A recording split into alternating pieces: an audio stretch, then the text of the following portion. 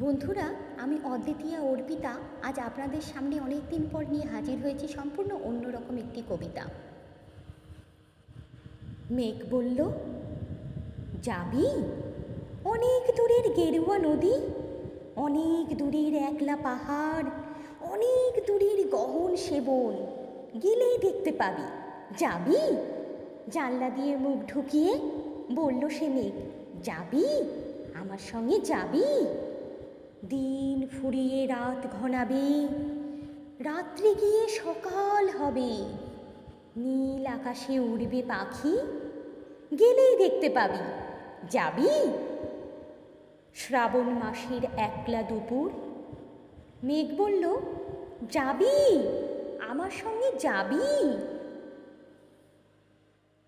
কেমন করে যাব রে মেঘ, কেমন করে যাব?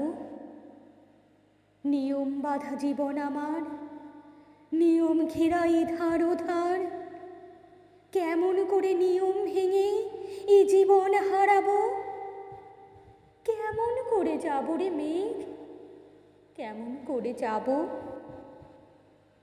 মেঘ বলল, দূরের মাঠে বৃষ্টি হয়ে ঝরব, সবুজ পাতায় পাতায় ভালোবাসা হয়ে ঝরব, শান্ত নদীর বুকে আনব জলোচ্ছ্বাসের প্রেম, ইচ্ছে মতন বৃষ্টি হয়ে ভাঙব, ভেঙে পড়ব। এই মেয়ে, তুই যাবি আমার সঙ্গে যাবি? যাব না মেঘ, পারবো না রে যেতে, আমার আছে কাজের বাঁধন, কাজেই থাকি মেতে।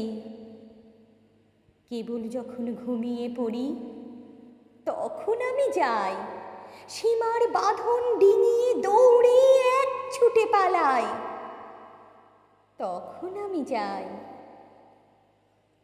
স্বপ্নে আমার গেরুয়া নদী, স্বপ্নে আমার সুনীল আকাশ, স্বপ্নে আমার দূরের পাহাড়, সব কিছুকে পাই। জাগরণের এই যে আমি কৃতদাসের মতন, জাগরণের এই যে আমি এবং আমার জীবন, কাজ অকাজের সুতোয় বোনা মুখোশ ঘেরা জীবন। তবুরে মেঘ, যাব একদিন ঠিক তোরই সঙ্গে, শ্রাবণ হাওয়ায় নতুন রঙ্গে।